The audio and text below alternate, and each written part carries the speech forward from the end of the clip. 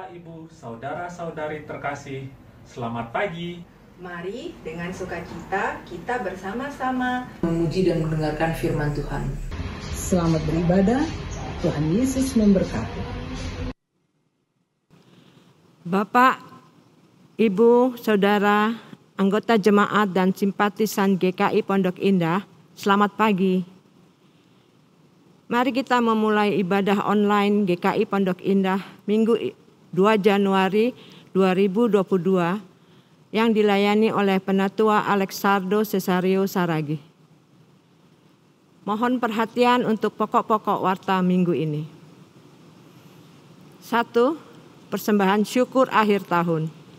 Bagi anggota jemaat dan simpatisan yang ingin memberikan persembahan syukur akhir tahun, dapat melalui transfer ke rekening yang tertera pada layar monitor atau dalam warta jemaat. 2. Video simulasi ibadah onsite dalam rangka mempersiapkan diri untuk menghadiri ibadah onsite pada tanggal 9 Januari 2022. Mari kita amati tayangan berikut ini.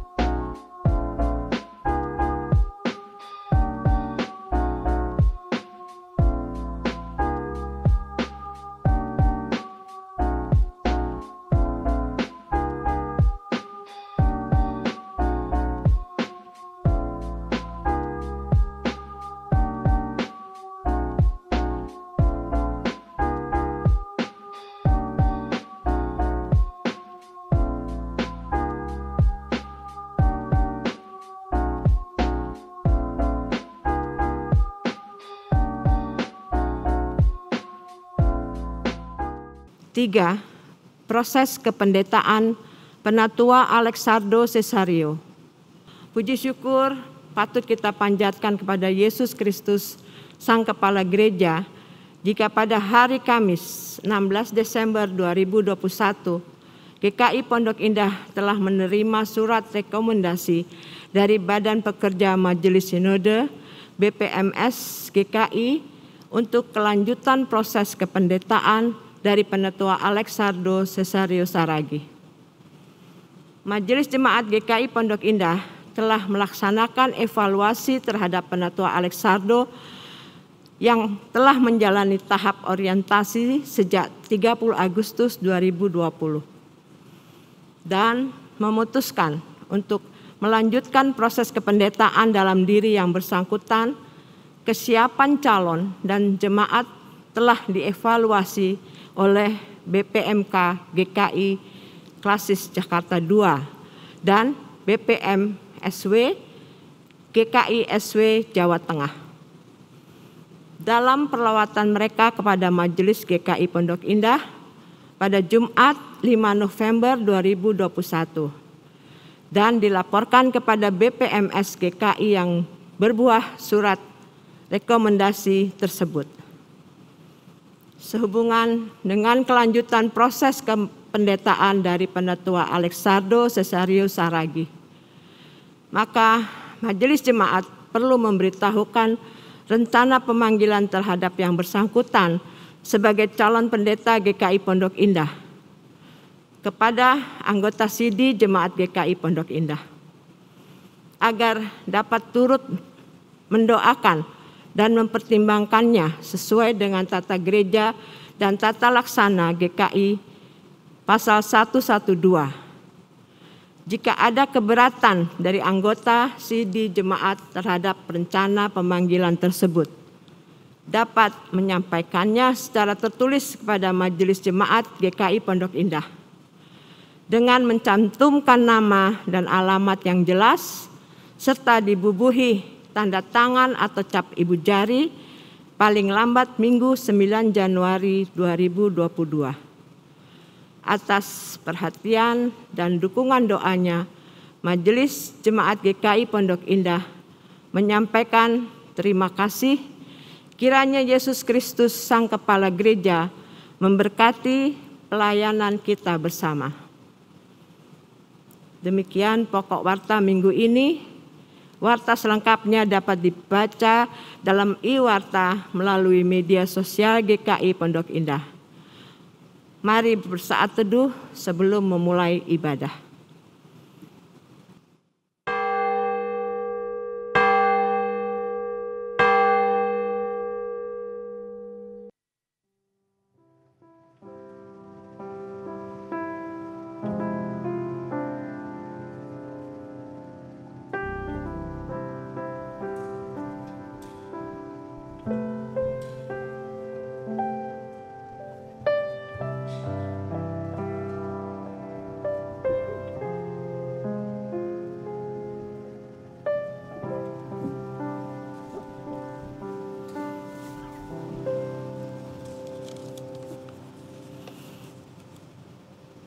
Perjalanan hidup tidak selalu mudah untuk dilewati. Selalu ada rintangan yang menghalangi. Namun jangan takut untuk menghadapi sebab Tuhan tidak akan membiarkan kita sendiri. Ketahuilah seperti surya fajar yang menyinari bumi di pagi hari ini. Demikianlah kasih setia Tuhan senantiasa menemani.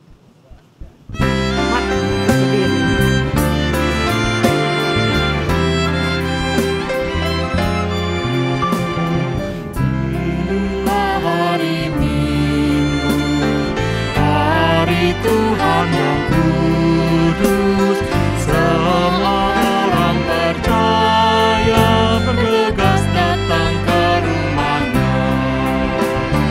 Dengarkanlah panggilan-Nya, Yesus mengundang engkau. Marilah orang percaya, marilah datang segera.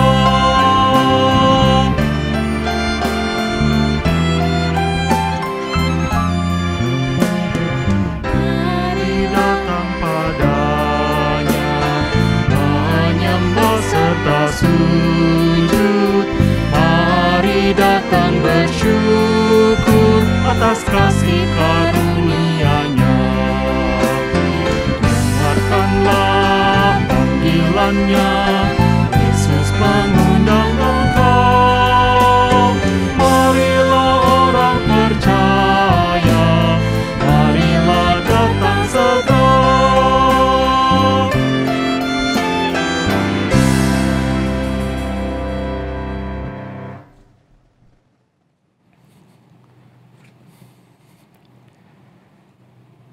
Pertolongan kita adalah dalam nama Tuhan yang menjadikan langit dan bumi, yang hikmat-Nya besar bagi dunia jemaat.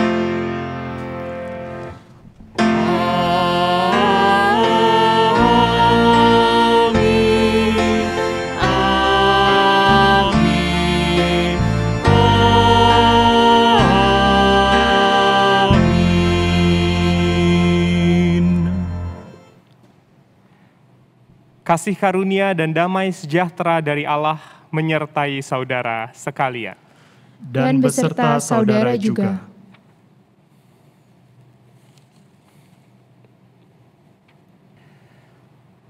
Mengawali perjalanan di tahun yang baru ini tidak lepas dari segala peristiwa di tahun sebelumnya. Banyak pelajaran yang harus tetap digali agar kita tidak kehilangan maknanya. Tapi justru kita dapat memberi makna pada saat kita menapaki hari-hari ke depan. Ingatlah bahwa Allah merancang kebaikan untuk kehidupan kita.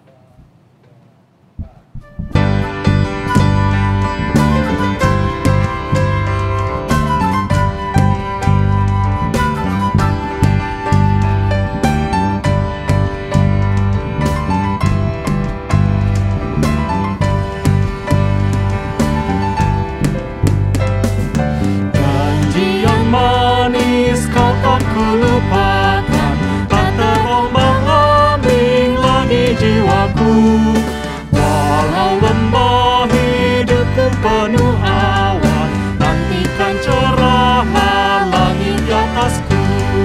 Kau tidakkan aku lupakan, aku memimpimu, kau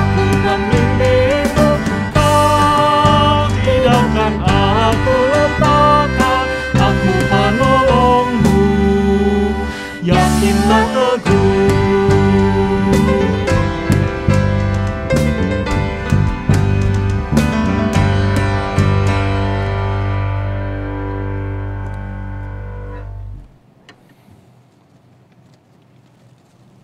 Di dalam kerapuhan, terkadang kita sering mengeraskan hati kita. Lupa akan janji penyertaan Tuhan, dan lebih mengutamakan menuruti ego kita sendiri. Kadang kita merasa bahwa diri ini lebih pandai dalam menatap masa depan, sehingga kita lengah akan segala keterbatasan kita. Maka saudara, marilah kita luangkan waktu sejenak untuk melakukan kilas balik, mensyukuri hari-hari baik yang Tuhan izinkan, memaknai pergumulan-pergumulan yang kita hadapi, mengakui kegagalan kita, seraya kita memohon pengampunannya dalam kerendahan hati. Mari kita menaikkan doa pribadi kita.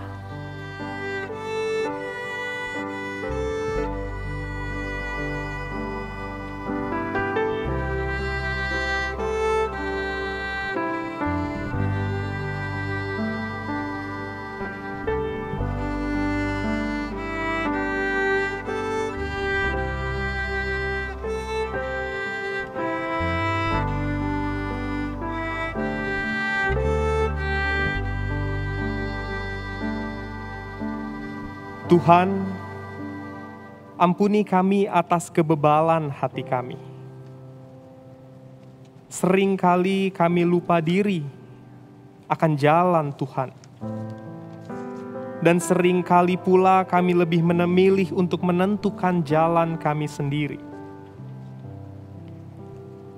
Ampuni kami ya Bapa, dari pelanggaran dan dosa yang berulang kami lakukan.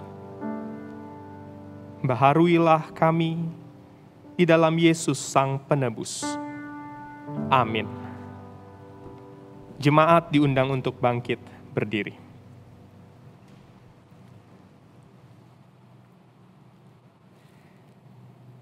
Sebab Tuhan Dia sendiri akan berjalan di depanmu.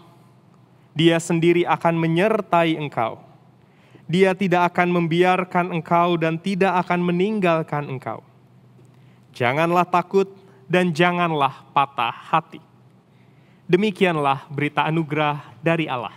Syukur kepada Allah. Teruskan dan nyatakanlah damai itu kepada sesama saudara.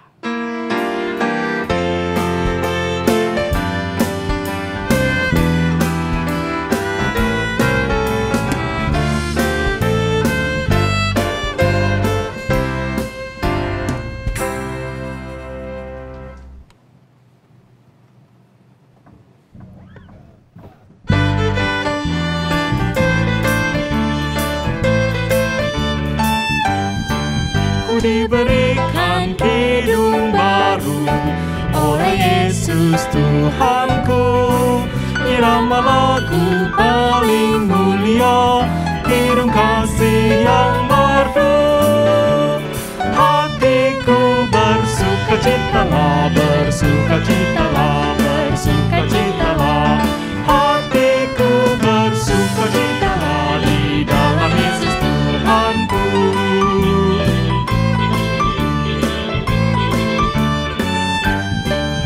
Mengasihi Tuhan Yesus yang tersalib bagiku. Segala dosaku dihapusnya hingga baru hidungku. Hatiku bersukacitalah, bersukacitalah, bersukacitalah. Hatiku bersukacitalah di dalam Yesus Tuhanku.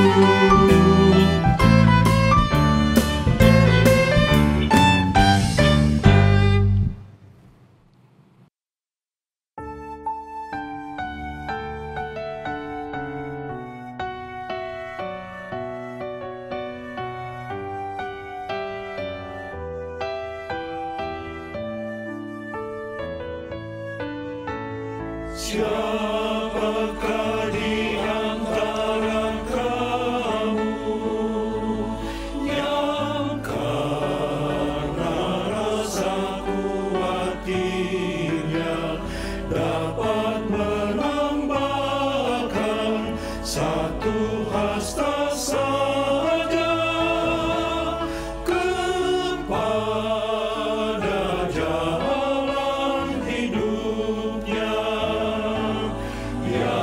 Siapakah di antara kamu yang karena rasa khawatirnya dapat menambahkan satu hasta saja kepada jalan hidupnya? Dan jika engkau tiada daya membuat hal paling kecil,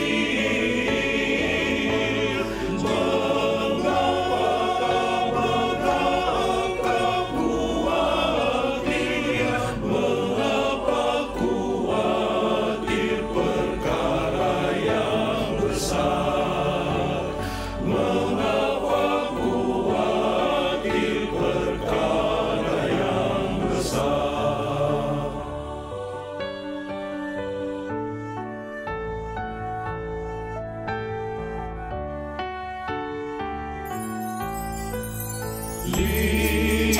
Lihatlah burung gagak kecil, tiada menabur, tiada menuai, tidak juga mengumpulkan bekal di dalam lubuk untuk hari esok.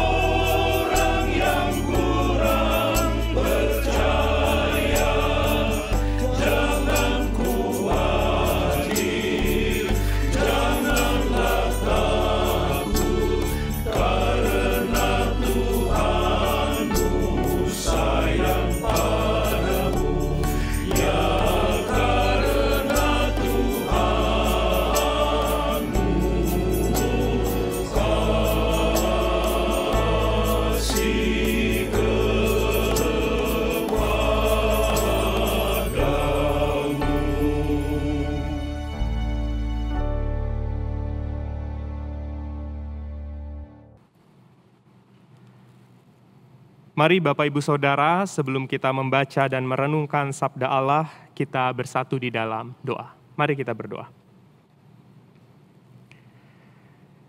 Ya Tuhan, kami selalu mensyukuri anugerah pengampunan yang Tuhan beri.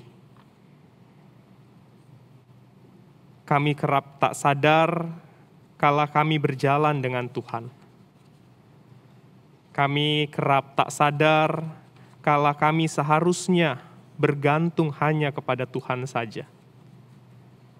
Ya Bapa, di saat ini kami hendak membaca serta merenungkan sabda-Mu. Biarlah kami boleh menemukan kebenaran firman Tuhan melalui pembacaan dan permenungan kami. Izinkanlah hamba-Mu yang penuh dengan keterbatasan ini ya Tuhan, agar boleh menyampaikan permenungannya akan sabda Tuhan. Di dalam Kristus Yesus, kami memohon tuntunan Roh Kudus. Amin.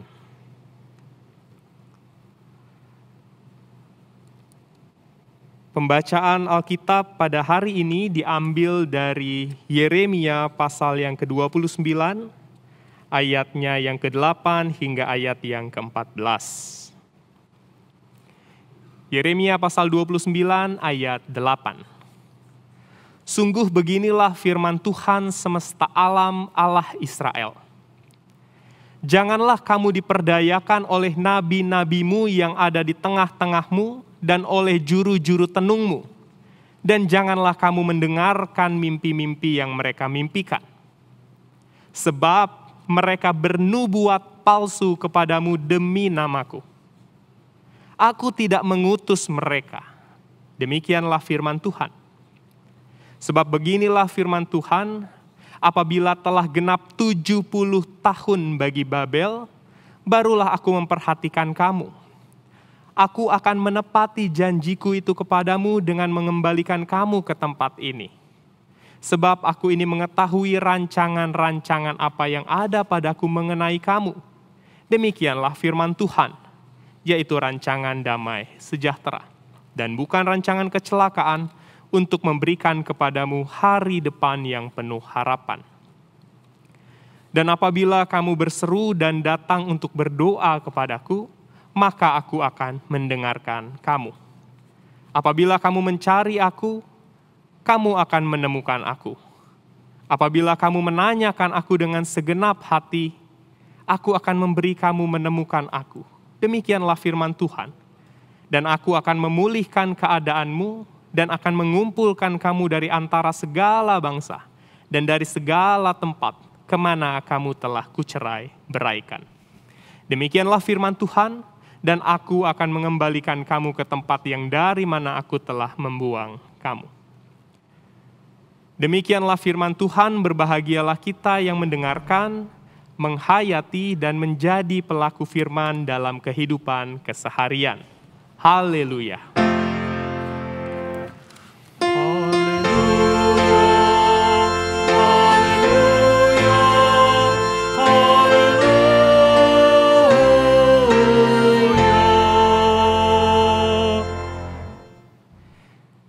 Bapak Ibu Saudara, ini adalah hari kedua, minggu yang pertama di tahun 2022. Meskipun kemarin kita sudah mengikuti ibadah awal tahun, tapi izinkanlah saya kembali mengucapkan selamat tahun baru untuk kita semua. Bapak Ibu Saudara, di tahun ini kita memasuki masa yang penting sekaligus spesial sebagai jemaat GKI Pondok Indah. Kenapa spesial? Karena setelah 10 tahun kita berjalan bersama menghidupi visi misi gereja kita, yaitu HTPP. Bapak Ibu masih ingat apa itu HTPP? Sebaiknya masih. Dan kini kita akan memasuki visi yang baru, yaitu visi kerajaan Allah. Nah, Bapak Ibu Saudara, apa itu visi kerajaan Allah? Seperti apa wujudnya? Nilai-nilai apa yang terkandung di dalamnya? Tenang Bapak Ibu Saudara, kita akan mendalami visi kerajaan Allah bersama-sama selama 1 tahun ke depan. Lewat tema-tema khotbah, lewat pembinaan-pembinaan yang akan dilaksanakan, kita akan mendalami, mengenali, mengeksplor, dan sekaligus menghidupi visi kerajaan Allah itu. Jadi Bapak Ibu Saudara, 1 tahun ke depan, kita nggak akan menggunakan bacaan leksionaris seperti yang selama ini kita pakai. Tetapi kita akan bersama menggumuli ini dalam tema-tema khotbah yang bersifat blok. 1-2 bulan membahas tema topik A, 1-2 bulan membahas topik B, dan seterusnya. Dan kita akan menjalani itu semua sepanjang 1 tahun dengan harapan di akhir tahun 2022, visi kerajaan ini sudah masuk, melekat, ngelotok begitu ya.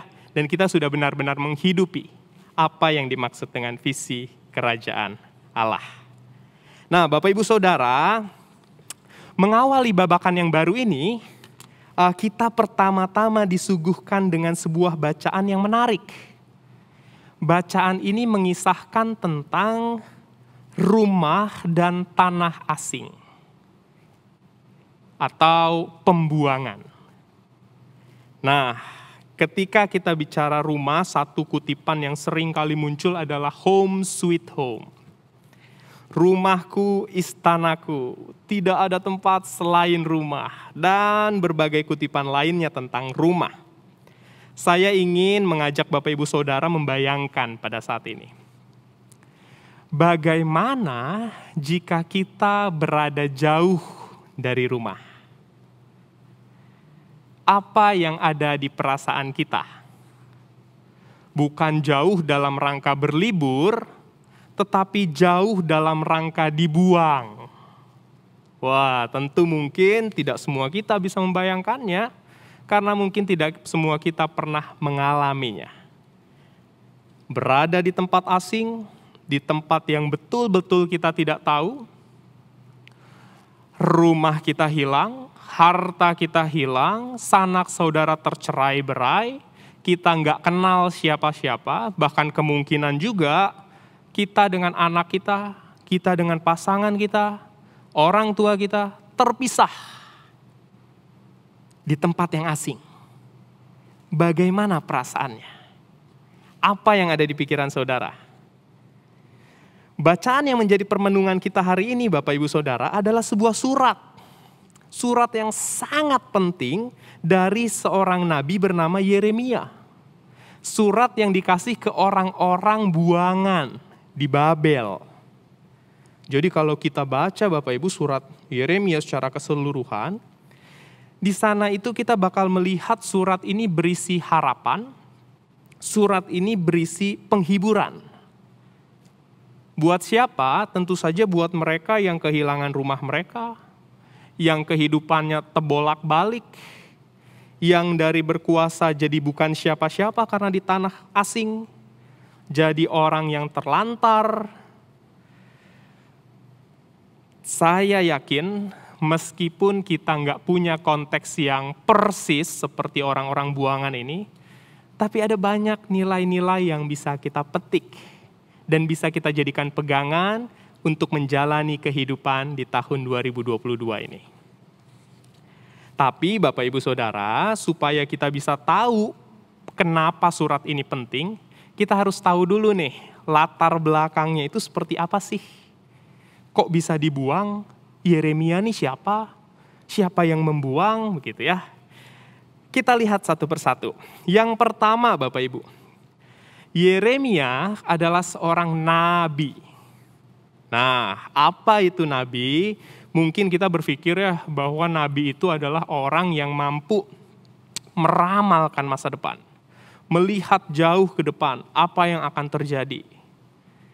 Nabi.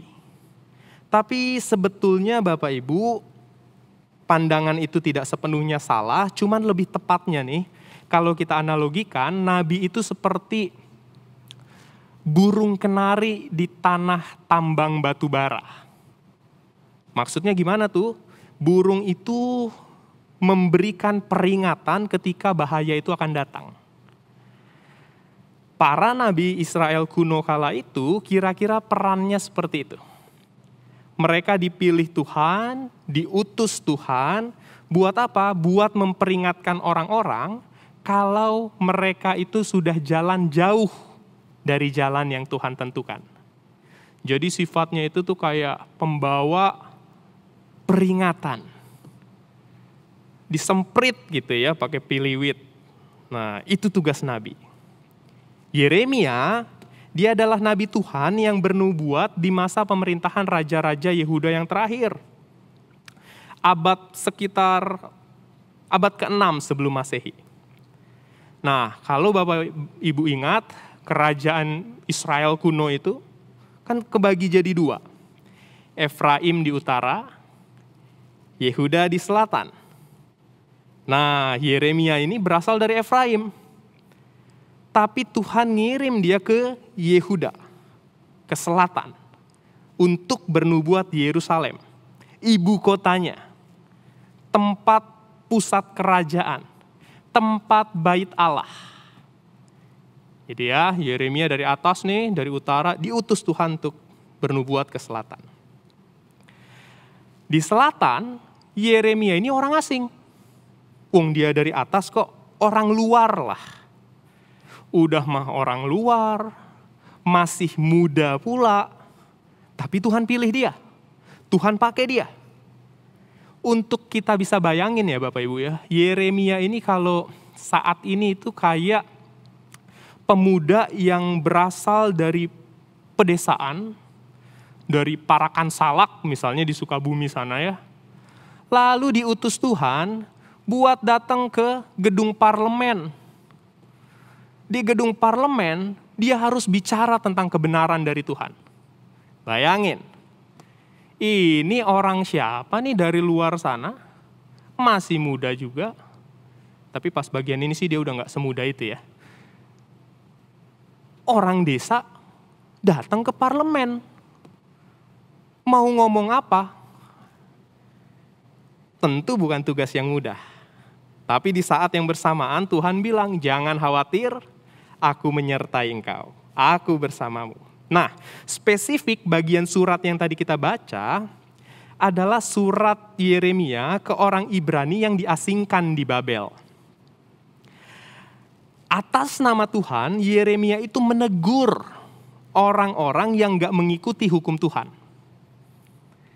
Mereka mengabaikan para janda, orang-orang ini mengabaikan anak yatim, mengabaikan orang terpinggirkan, bahkan mengeksploitasi orang yang miskin. Udah mulai keluar nih dari jalur yang Tuhan tentukan. Kalau itu dilanjutkan, maka hal buruk terjadi. Kira-kira itu pesan dari Yeremia dari awal tuh. Dan benar aja Bapak Ibu, ketika Yeremia menulis surat ini, hal buruk itu terjadi. Orang-orang ini dibuang ke Babel. Kok bisa? Gimana ceritanya mereka akhirnya dibuang ke Babel? Ini yang menarik. Singkat cerita, Israel kuno itu tuh kerajaan kecil. Ukurannya itu kalau Bapak Ibu bisa bayangkan tuh sebesar daerah Vermont. Nggak terlalu besar. Ya 24.000 kilometer persegi lah kira-kira. Kerajaan kecil diapit beberapa kerajaan besar. Di selatan ada Mesir, di utara ada Asyur, ada Babilonia, ada Persia. Dia kerajaan kecil di situ. Bertahun-tahun supaya kerajaan kecil ini bisa bertahan, dia ini tuh melakukan rangkaian perjanjian tunduk ke tetangganya yang lebih besar. Supaya aman. Ya. Bertahun-tahun juga kerajaan Yehuda ini tuh bayar upeti. Ke siapa bayarnya? Ke Asyur. Asyur ini kalau Bapak Ibu ingat, ibu kotanya adalah Niniwe. Pasti langsung terbayang sesuatu ya ketika bicara Niniwe ya. Ibu kotanya Niniwe. Yehuda nih bayar upeti ke mereka.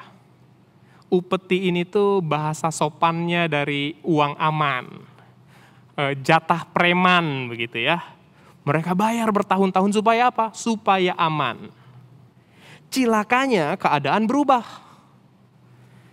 Asyur tadi itu, backingannya mereka ini dikalahkan sama kekaisaran yang lebih besar.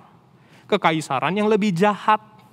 Kekaisaran yang lebih preman lagi. Siapa itu? Babilonia. Loh, terus gimana dong sama Yehuda? Ya karena mereka tadinya berlindung di bawah Asyur, sekarang mereka dibawa deh sama, mereka harus bayar ke Babilonia, tunduk sama Babel, upeti tadi ngalirlah ke pundi-pundi kekayaannya Babel. Kontrol Babilonia atas Yehuda inilah yang kemudian dilihat Yeremia sebagai hukuman Tuhan atas mereka, atas ketidaksetiaan mereka, atas kejahatan mereka. Singkat cerita, Raja Babel, Nebukadnezar, bawa pasukan ke Yerusalem, naklukin kota, 10.000 warga kota dibawa ke Babel. Raja mereka sebelum pergi meninggal, anaknya umur 18 tahun, dibawa, istrinya dibawa, semua dibawa. Nah, kira-kira seperti itulah konteks surat Yeremia buat orang-orang buangan. Orang-orang yang terlantar di negeri asing, yang mencoba menyesuaikan diri dengan cara hidup dan keberadaan yang baru. Ada kata kunci di sini, orang-orang yang mencoba menyesuaikan diri dengan cara hidup dan keadaan yang baru. Bahasa yang kita sering dengar sekarang adalah new normalnya orang Yehuda. Di pembuangan di Babel. Gak mudah jadi orang buangan, Bapak Ibu Saudara. Apalagi kalau mereka ini punya pandangan bahwa Tuhan itu terikat pada suatu tempat tertentu. Buat orang Yahudi pada saat itu, Bapak Ibu, iman mereka itu begitu terfokus, begitu terpusat ke tanah air mereka. Ibu kota mereka, Yerusalem, tempat bait Allah berdiri dengan megahnya di sana. Pertanyaan yang mungkin relevan buat mereka pada saat itu adalah seperti di Mazmur 137.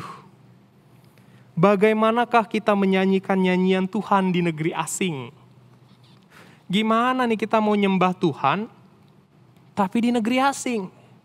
Ini bukan Yerusalem, nggak ada bait Allah di sini. Gimana kita mau menyembah Tuhan?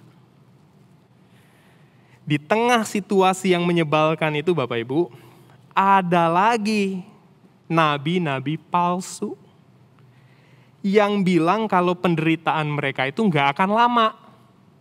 Sementara, misalnya siapa? Hananya. Satu pasal di sebelumnya Bapak Ibu bisa cek. Hananya ini bilang kalau penderitaan mereka itu cuma 2 tahun. Bentar lagi kok. Tenang aja. Jangan khawatir. Beritanya nampak menyenangkan. Wong cuma 2 tahun kok di pembuangan, orang semangat. Tapi itu adalah berita palsu. Itu hoax, bukan berasal dari Tuhan. Berita dari Yeremia, nabi yang asli nih, sangat tidak enak buat didengar. Kenapa begitu? Karena lewat Yeremia Tuhan tuh bilang, pengasingan mereka akan berlangsung cukup lama. Bukan 2 tahun, bukan 5 tahun, bukan 10 tahun, tapi 70 tahun. Wah, itu satu generasi Bapak Ibu. Mereka akan ada di tanah pembuangan 70 tahun. Maka bersiaplah, kata Tuhan. Bersiapnya gimana Tuhan? Ada di ayat 5 Bapak Ibu Saudara. Bangunlah rumah, buatlah kebun untuk kamu nikmati hasilnya, dan sebagainya. Ambil anak untuk istrimu, menikahlah, beranak cuculah, dan jangan berkurang, kata Tuhan. Jangan dengerin mereka. Jangan dengerin nabi-nabi palsu itu. Itu bukan berasal dari aku. Tantangan tersulit dari Yehuda pada saat itu, ketika mereka harus bertahan di negeri asing, adalah mempertahankan identitasnya sambil mereka mencoba untuk menyesuaikan diri. Kita sama-sama tahu arti menyesuaikan diri. 2020, 2021 kita dipaksa buat menyesuaikan diri. Bangsa ini juga sama. Selama di pembuangan mereka dipaksa buat menyesuaikan diri di situasi yang benar-benar baru. Tantangannya adalah kita harus menyesuaikan diri. Yang kedua, ketika kita menyesuaikan diri, kita perlu agile, agilitas itu diperlukan, tapi di sisi lain jangan sampai kehilangan identitas. Yehuda nih udah mulai goyang-goyang. Mereka sulit mempertahankan identitas mereka sebagai orang Israel, menyembah Allah Israel. Kita bisa lihat sedikit banyak kehidupan orang Babel itu mempengaruhi orang Israel ini. Kitab Ester, itu tuh berasal dari periode ini nih. Nama Ester itu bukan nama yang umum untuk orang Yahudi. Itu nama yang diadopsi dari nama Ishtar. Siapakah Ishtar itu? Ishtar adalah dewa di Babilonia. Mordekai itu adaptasi atau penyerapan dari nama Marduk. Siapa dia? Raja, dewa di Babel. Lihat ya, sudah mulai mempengaruhi. Bayangkan Bapak Ibu, nggak mudah buat mereka itu bisa mempertahankan iman mereka sambil mereka menyesuaikan diri dengan new normal mereka. Ketika jauh dari rumah, jauh dari keadaan dan nyaman sebelumnya, kehidupan dibolak-balik, sungsang. Ide teologis yang digaungkan oleh Yeremia adalah bahwa Tuhan mereka tidak hanya tinggal di Yerusalem, tapi juga di Babel, tapi juga dimanapun, Ciputat mungkin. Tuhan kita itu, kata Yeremia, adalah Tuhan yang maha hadir, omnipresence, yang mendiami seluruh penjuru bumi. Dan kita bisa menyembah Tuhan bahkan ketika kita sedang dibuang ke Babel. Kira-kira itu ide besar yang ingin ditanamkan oleh Yeremia. Visi yang dibawa oleh Yeremia adalah bahwa Tuhan itu tidak terikat oleh tempat. Menjadi penting buat umatnya pada saat itu, dan saya kira juga pada saat ini, termasuk kita, sebab pada dasarnya Bapak Ibu, setiap kita itu, setiap orang itu berada dalam perjalanan menuju tempat asing sepanjang hidupnya. Loh, Yehuda kan dibawa ke negeri lain. Kita kan masih di Indonesia aja nih.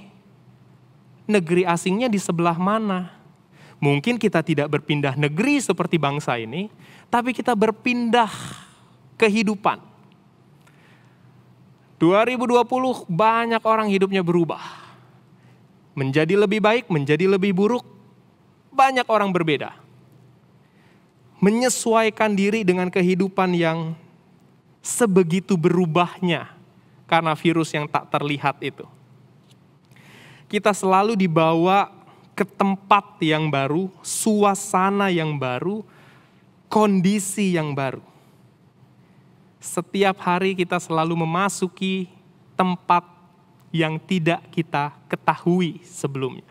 Bukan dalam pengertian lokasi ya Bapak Ibu, tapi secara filosofis kita selalu berjalan menuju sesuatu yang tidak kita ketahui. Sesuatu yang mungkin asing. Dan di saat itulah Bapak Ibu, pesan Yeremia ini masuk ke dalam hidup kita. Di perjalanan asing itu, di tempat baru itu, di suasana baru, keadaan baru itu, Allah pun masih bersama kita. Lihatlah Bapak Ibu, beragam kisah di dalam Alkitab. Banyak kisah-kisah yang menunjukkan tokoh itu mentok seperti masuk di jalan yang buntu. Tapi di saat yang sama Tuhan selalu mampu membukakan jalan baru yang di luar nalar kita. Ambil contoh Abraham. Allah berjanji ke Abraham, dia akan menjadi bapak dari bangsa yang besar, memberkati seluruh dunia, tapi kok nampaknya mustahil. Udah tua, istrinya sudah lewat masa suburnya, tapi bukan Tuhan jika ia tak mampu melakukan sesuatu. Tuhan bukakan jalan dengan cara yang gak masuk akal, dengan cara yang bahkan Abraham sendiri sempat ragu. Golgota. Ketika semua orang, para murid, menganggap bahwa Yesus akan membawa perubahan buat mereka, menggulingkan pemerintahan yang ada saat itu.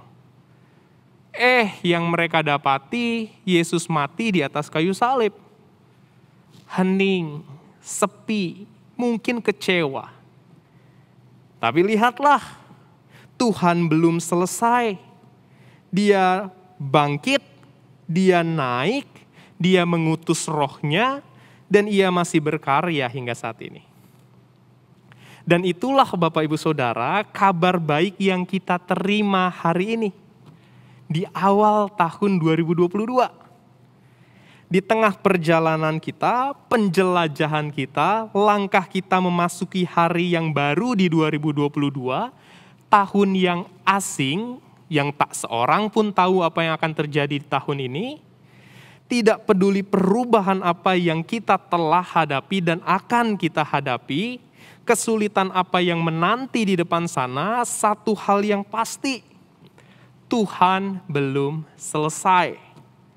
Hidup kita bersama Tuhan belum selesai selama kita masih bernafas. Dan cerita itu masih terus berlanjut, di mana saudara dan saya menjadi bagian dari kisah itu. Jika kita tadi membaca satu ayat yang sangat menguatkan kita, peganglah janjinya itu. Apa yang ia katakan? Sebab aku ini mengetahui rancangan-rancangan apa yang ada padaku mengenai kamu. Demikianlah firman Tuhan. Yaitu apa Bapak Ibu Saudara? Yaitu rancangan damai sejahtera dan bukan rancangan kecelakaan. Untuk memberikan kepadamu hari depan yang penuh dengan harapan. Rancangan Yehuda ada di Babel, dibuang di sana bukan 2 tahun tapi 70 tahun. Rancangan Tuhan yang mengizinkan kita melewati masa pandemi yang menyebalkan, menyakitkan, menyedihkan. Tapi itu satu hal yang kita pegang, bahwa kita berjalan bersama Sang Perancang. Ia merancang dan Sang Perancang itu berjalan bersama dengan kita. Nah, Bapak Ibu Saudara, saya ingin menutup permenungan kita hari ini dengan sebuah gambar yang akan Bapak Ibu lihat di layar ini. Gambar ini Bapak Ibu adalah sebuah halaman dari sebuah buku yang berjudul, buku bergambar ya, yang berjudul Big Panda and Tiny Dragon. Nah, mungkin beberapa dari Bapak Ibu pernah saya tunjukkan juga gambar ini. Karena ini jadi salah satu gambar favorit saya. Buku ini berisi tentang 2 sahabat. Panda yang endut dan naga yang kecil. Mereka ini berjalan bersama dan kerap terlibat dalam percakapan sederhana tapi penuh makna. Di salah satu halamannya, Panda bertanya di sana, "Which is more important?" Mana yang lebih penting, kata Panda. Perjalanan atau tujuan? Mana yang lebih penting Bapak Ibu Saudara? Perjalanan hidup atau tujuan hidup? 2 hal yang seringkali dikontrakan. Mana yang lebih penting? Nah, saya ajak Bapak Ibu untuk mencoba merenungkan sedikit, ngobrol sama keluarga di sebelah. Kira-kira mana ya yang lebih penting ya? The journey or the destination? Perjalanan atau tujuan? Si tiny dragon, si naga kecil kemudian menjawab, Bapak Ibu Saudara. Klik. Kata si tiny dragon, yang lebih penting adalah the company. Dengan siapa engkau berjalan. Penting untuk punya tujuan hidup, membuat resolusi ke depan akan seperti apa, merancang segalanya. Penting juga untuk menikmati perjalanan hidup, mensyukuri yang kita miliki, kita hadapi saat ini, ketimbang kita kecewa dengan sesuatu yang belum kita dapatkan. Berjalan hari lepas hari, menikmatinya, mensyukurinya. Penting. Tapi yang lebih penting dari dua itu dan yang terpenting adalah dengan siapa kita berjalan.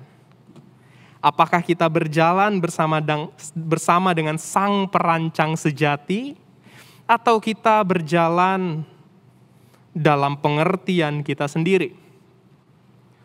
Penting gak untuk bangsa yang dibuang ini untuk memikirkan dan merancang sesuatu yang akan terjadi di sana? Tujuan hidup bangsa ini selepas dari Babel. Penting. Penting gak untuk mereka menjalani hari lepas hari dan mensyukurinya? Penting. Wong Tuhan sendiri yang bilang, bangun rumah, bangun kebun, menikahlah, beranak pinaklah. Tapi yang lebih penting dan yang terpenting dari itu semua adalah dengan siapa engkau berjalan.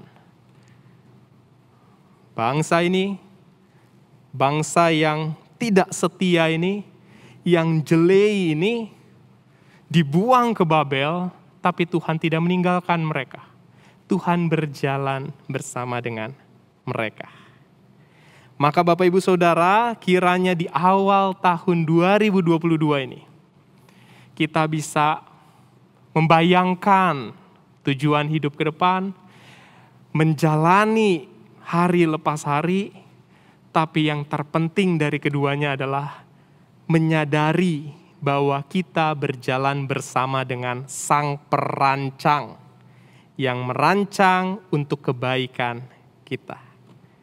Kiranya Tuhan Yesus, Sang Perancang sejati itu, terus merahmati kita dengan hikmat dan kerendahan hati, serta ketenangan yang membuat kita terus teringat dan tersadar bahwa kita berjalan bersama dengan Dia. Kita mungkin gak tahu akan hari esok, tapi kita tahu satu hal, bahwa tangan Tuhan senantiasa memegang kita. Tuhan Yesus memberkati kita. Amin. Saat hening untuk kita semua.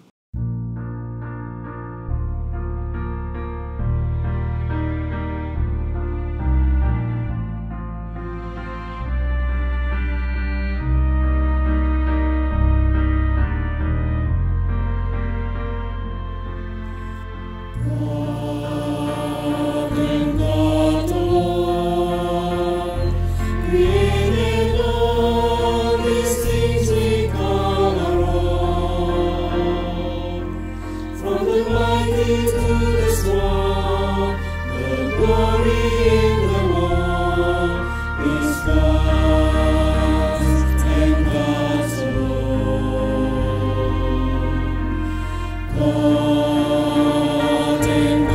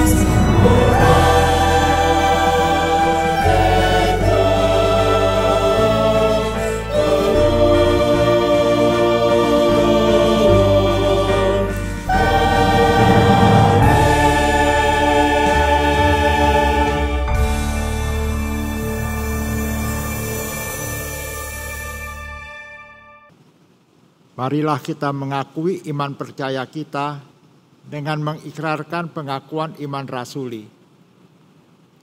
Aku percaya kepada Allah, Bapa yang Maha Kuasa, Khalik langit dan bumi, dan kepada Yesus Kristus, Anaknya yang tunggal Tuhan kita, yang dikandung dari Roh Kudus, lahir dari anak darah Maria, yang menderita sengsara di bawah pemerintahan Pontius Pilatus, disalibkan, mati dan dikuburkan, turun ke dalam kerajaan maut. Pada hari yang ketiga, bangkit pula dari antara orang mati, naik ke surga, duduk di sebelah kanan Allah, Bapa yang Maha Kuasa, dan dari sana Ia akan datang untuk menghakimi orang yang hidup dan yang mati. Aku percaya kepada Roh Kudus, gereja yang kudus dan am, persekutuan orang kudus, pengampunan dosa, kebangkitan orang mati, dan hidup yang kekal. Amin.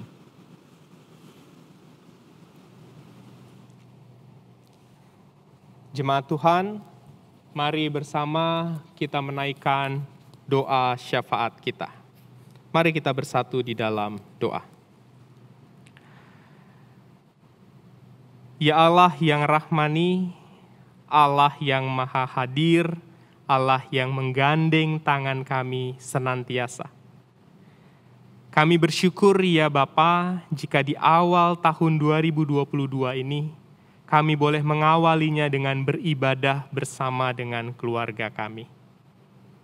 Ya Tuhan, kiranya Tuhan boleh terus melimpahi kami dengan hikmat, kebijaksanaan, serta kesadaran bahwa kami berjalan bersama dengan Tuhan. Bangsa yang baru saja kami renungkan, Tuhan bawa ke dalam pembuangan atas ketidaksetiaan mereka. Tetapi di saat yang sama, Tuhan tetap berjalan bersama dengan mereka. Ya Allah yang penuh kasih, sungguh kami tak bisa membayangkan kesetiaan Tuhan. Dan ajarlah kami agar kami dapat terus menghayati, menyadari, dan mensyukurinya. Dan biarlah Bapa di tahun 2022 ini, sebagaimana setiap tahun kami merayakannya, kami dapat merayakan perjalanan menuju tempat yang belum kami ketahui, menuju situasi yang belum kami ketahui, menuju kondisi yang tak bisa kami prediksi. Tapi satu yang pasti, kami tidak berjalan sendiri. Tuhan bersama kami.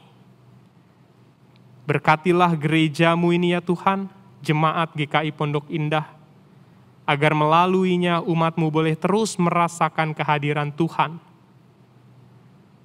Berkatilah pemerintah dengan setiap role peran mereka, agar melalui kebijakan yang mereka ambil, masyarakat boleh tersejahterakan. Pakailah orang-orang yang duduk di sana, agar dengan hikmat dan kebijaksanaan yang berasal dari Tuhan, mereka boleh mengelola dan mengadministrasi negeri ini. Kami berdoa bagi seluruh keluarga, anggota Jemaat GKI Pondok Indah, para simpatisan, biarlah di tahun 2022 ini kami boleh merasakan berkat dan rancangan dari Tuhan. Setiap rancangan yang baik untuk kehidupan kami. Terima kasih ya Tuhan. Terima kasih untuk kesetiaan Tuhan dalam hidup kami. Dan kini izinkanlah kami untuk menutup doa yang jauh daripada sempurna ini ke dalam doa yang Tuhan ajarkan kepada kami. Bapa kami yang ada di surga, dikuduskanlah nama-Mu. Datanglah kerajaan-Mu, jadilah kehendak-Mu di bumi seperti di surga. Berikanlah kami pada hari ini makanan kami yang secukupnya, dan ampunilah kami akan kesalahan kami, seperti kami juga mengampuni orang yang bersalah kepada kami. Dan janganlah membawa kami ke dalam pencobaan, tetapi lepaskanlah kami daripada yang jahat, karena Engkaulah yang punya kerajaan dan kuasa dan kemuliaan sampai selama-lamanya. Amin.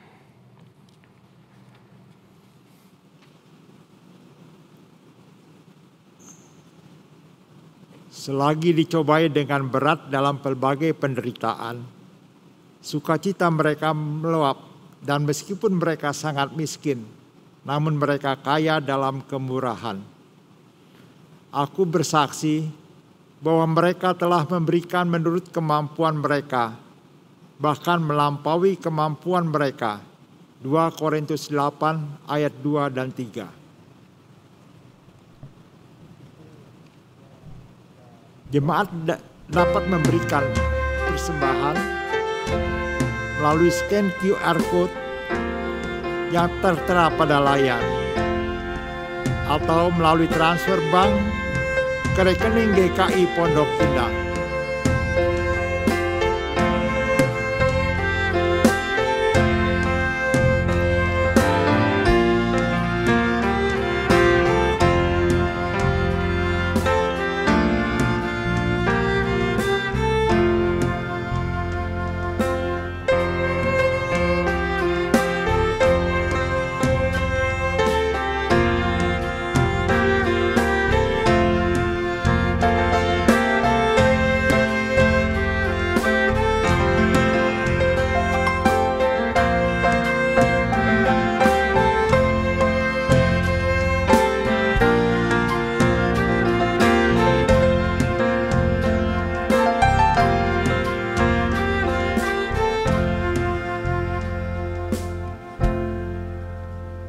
Umat kami undang untuk berdiri.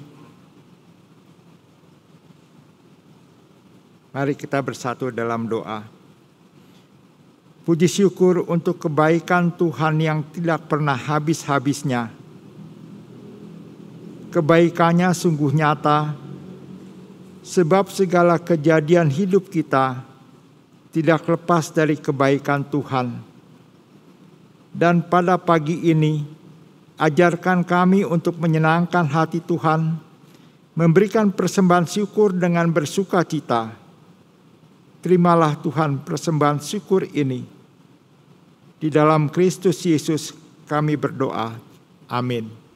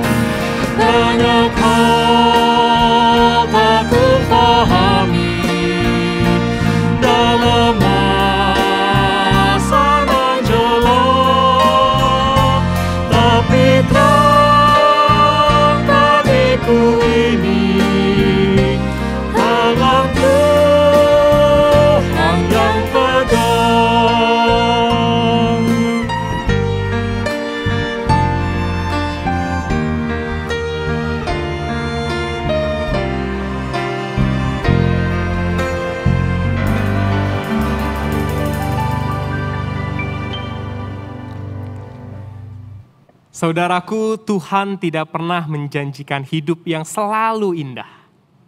Tetapi keindahan selalu ada dalam hidup saudara. Maka jadilah suluh dunia, tularkanlah semangat yang tak pudar. Hiduplah dalam harapan yang tidak meredup, karena Allah menjanjikan penyertaan-Nya yang tidak berkesudahan. Dan sekarang, marilah kita menerima berkat dari Tuhan. Kiranya Allah berjalan di samping kita, menggenggam tangan kita sebagai sahabat yang menemani perjalanan hidup kita menuju tempat yang tidak kita ketahui. Kiranya Allah berjalan di belakang kita sebagai penolong dan penopang ketika dalam perjalanan kita terjatuh dan terlelah. Kiranya Allah berjalan di depan kita sebagai penunjuk arah dan masa depan kita. Kiranya Allah berjalan di atas kita sebagai Tuhan yang bertahta dalam hati dan pikiran kita. Dan kiranya Allah Tritunggal Maha Kudus, Bapa, Anak, dan Roh Kudus, memeluk kita dengan cinta, kasih, dan kesetiaan, sehingga hidup kita mampu memancarkan kasih Kristus. Haleluya.